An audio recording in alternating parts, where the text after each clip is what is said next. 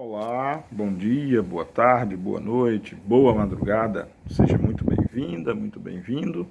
Meu nome é Marcos Venício e quero te convidar para a nossa aula de número 69. Isso, aula de número 69 da obra O Livro dos Médiuns. Eu não canso de frisar, de enfatizar, obra fundamental para quem quer compreender, começar a estudar os fenômenos mediúnicos e também os fenômenos espirituais.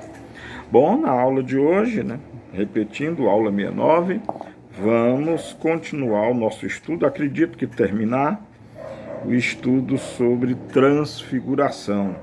Lembrando que transfiguração é o fenômeno anímico no qual o médium, ele consegue mudar de aparência, consegue mudar, às vezes, o brilho da pele, afetando, às vezes, até a roupa, mas o mais extraordinário, a pessoa pode se passar até por outra, como nós vimos, acredito que na aula anterior. Então, vejamos. Estamos no Livro dos Médiuns, segunda parte, capítulo 7, e vamos iniciar o item 123. Só faltam 3 itens para terminar esse capítulo. 123, 4 e 5. Bom, 123. A transfiguração, em certos casos, pode ter por causa uma simples contração muscular, que pode dar à fisionomia uma outra expressão, ao ponto de tornar a pessoa quase irreconhecível. Frequentemente, temo-la observado em certos sonâmbulos, mas, nesse caso, a transformação não é radical. Uma mulher poderá parecer jovem ou velha, bela ou feia, contudo, será sempre uma mulher e seu peso, sobretudo, não aumentará nem diminuirá. No caso do qual se trata, é bem evidente que há alguma coisa a mais. A teoria do perispírito vai colocar-nos no caminho, de novo, o perispírito. O perispírito como caminho para compreendermos esse fenômeno, toda essa fenomenologia.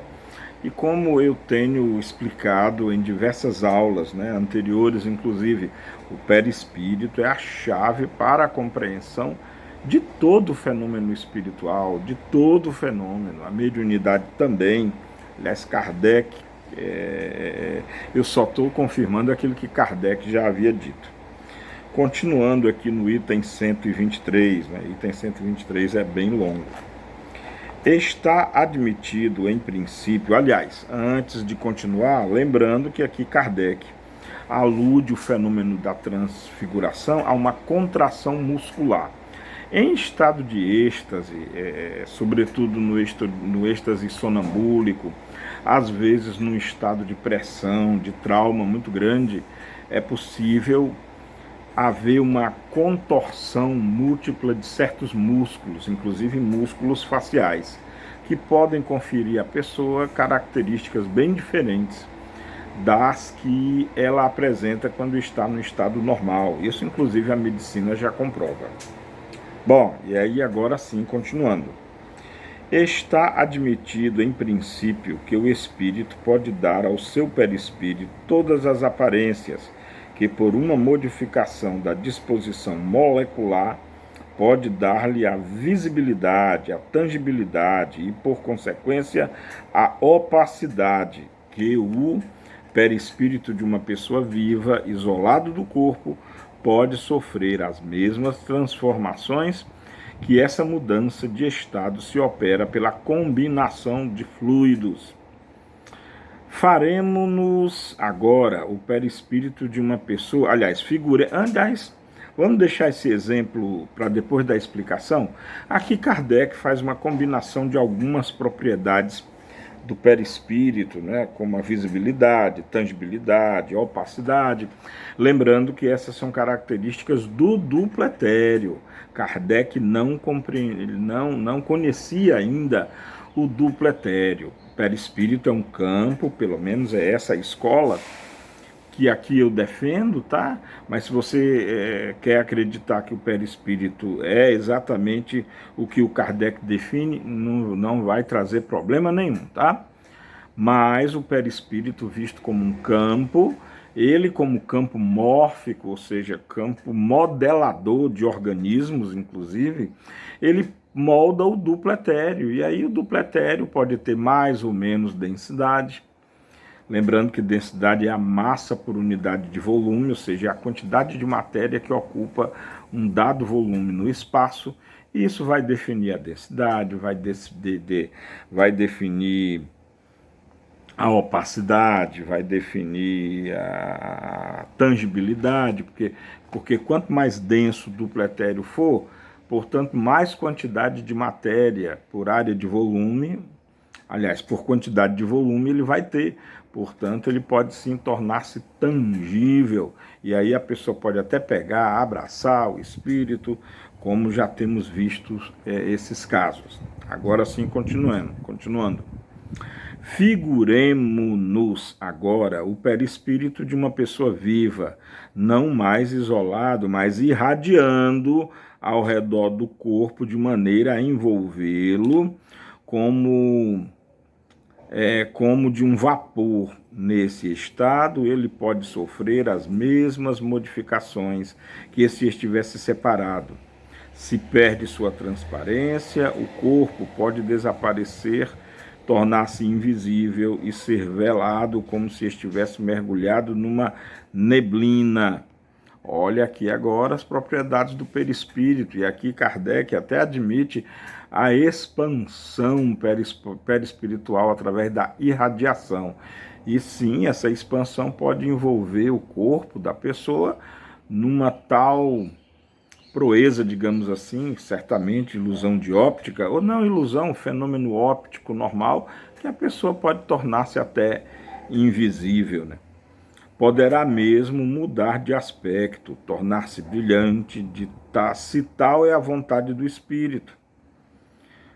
Um outro espírito, combinando seu próprio fluido com o primeiro, pode lhe substituir a própria aparência, de tal sorte que o corpo real desaparece sob um envoltório fluídico exterior, cuja aparência pode variar à vontade do espírito.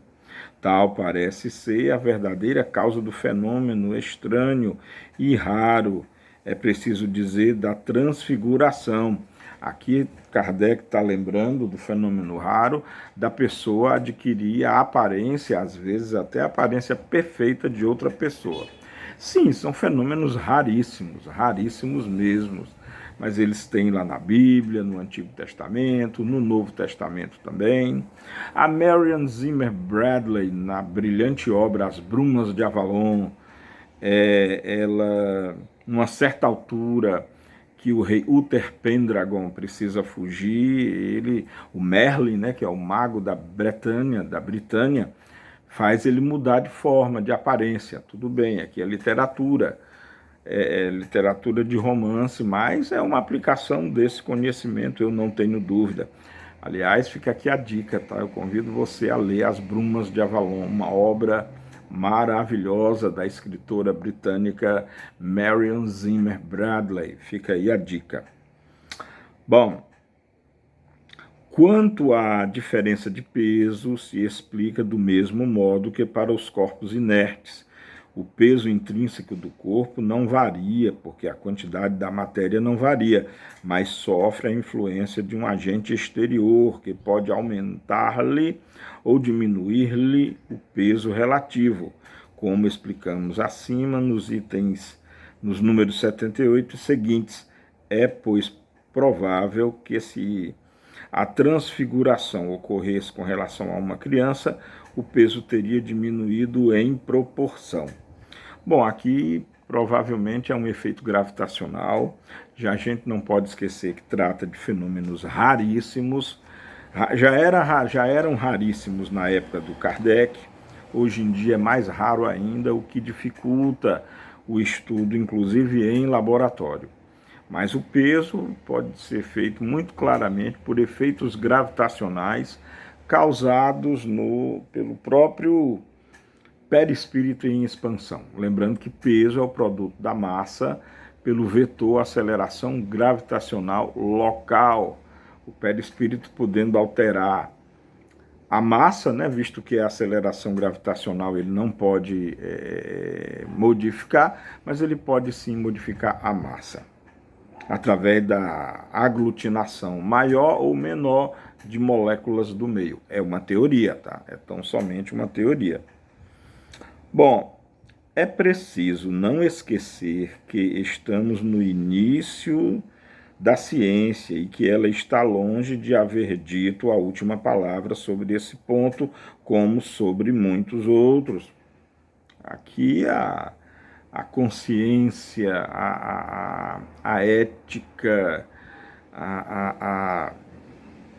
a perfeição racional de Kardec, né, a honestidade dele. Como eu falei anteriormente, isso aqui é só uma teoria, tá? É só uma teoria, até hoje não foi comprovada, não mesmo. Estamos estudando seriamente em laboratórios, mas ainda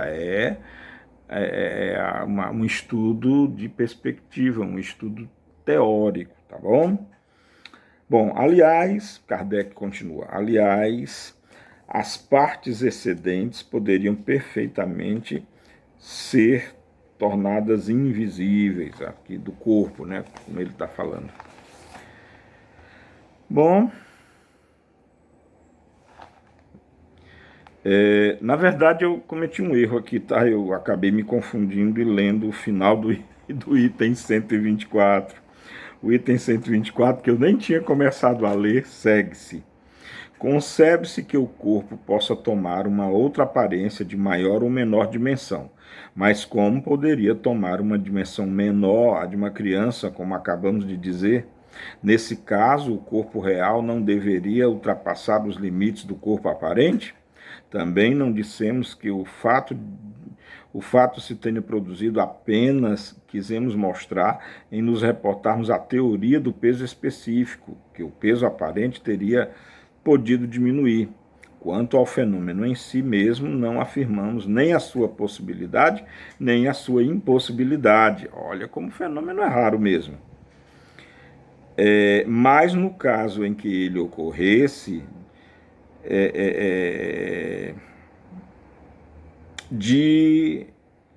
mas no caso em que ele ocorresse de não se lhe poder dar uma solução satisfatória, isso não infirmaria a coisa. Aí sim vem. É preciso não esquecer que estamos no início de uma ciência e que ela está longe de haver dito a última palavra sobre esse ponto, como sobre muitos outros. Aí sim ele lembra, agora fica coerente, aqui ele está falando da transfiguração no qual um adulto iria se passar por uma criança, então ele ia diminuir, né? E as partes excedentes? Ora, pode ser envolvidos em fluidos e torná-la invisível. É uma solução para resolver o problema, mas, de novo, isso aqui é teórico. Kardec termina o item 124 assim, ó. A teoria do fenômeno da invisibilidade deduz-se muito naturalmente das explicações precedentes e das que foram dadas a respeito do fenômeno de transporte, número 96, ou números 96 e seguintes. Olha, gente, como eu falei, é importante entender, são casos raríssimos. Hoje em dia, então, nem se ouve mais falar. Mas eis a possibilidade de uma explicação. E agora o item 125. Restar-nos-ia falar do singular fenômeno dos agêneres, que por mais extraordinário que possa parecer, à primeira vista, não é mais sobrenatural do que os outros. Mas, como explicamos na Revista Espírita, fevereiro de 1859, cremos inútil reproduzir aqui todos os seus detalhes. Diremos apenas que é uma variedade das aparições tangíveis. É o estado de certos espíritos que podem revertir momentaneamente as formas de uma pessoa viva, ao ponto de ocasionar uma ilusão completa, do grego aprivativo, e genere, geinomai, engendrar, que não foi engendrado, que não foi estabelecido um princípio, uma causa. Aqui Kardec fala dos seres agêneres, né? São seres que não estão na categoria humana porque não nasceram, sabe? São seres que aparecem, espíritos que não encarnariam, mas simplesmente se materializariam e conviveriam entre os vivos. Tem um livro, se eu não me engano, do Robson Pinheiro, o título do livro é O Agênere, que conta uma história de um desses seres. Fica aí a leitura, né? Não vou comentar porque fugiria muito do assunto, mas fica aí a leitura para quem quiser mais uma referência literária acerca desse assunto. Muito embora vão à revista espírita primeiro, isso é muito mais importante, tá bom? Bom, encerramos então essa parte, com isso encerramos inclusive o capítulo 7. Vamos encerrar também a aula aqui, para não começar um novo assunto, que aliás, o assunto vindouro, né, que vamos iniciar na próxima semana, é fascinante, fascinante mesmo, se chama Laboratório do Mundo Invisível.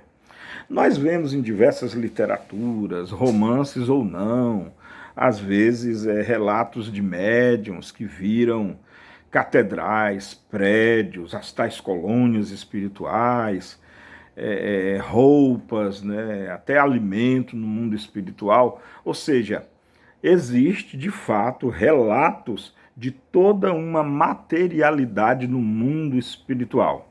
Isso é possível? Não é possível.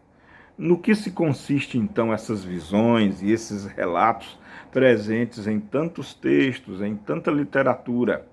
Vamos começar então a esse tema muito fascinante mesmo, que se chama Laboratório do Mundo Invisível.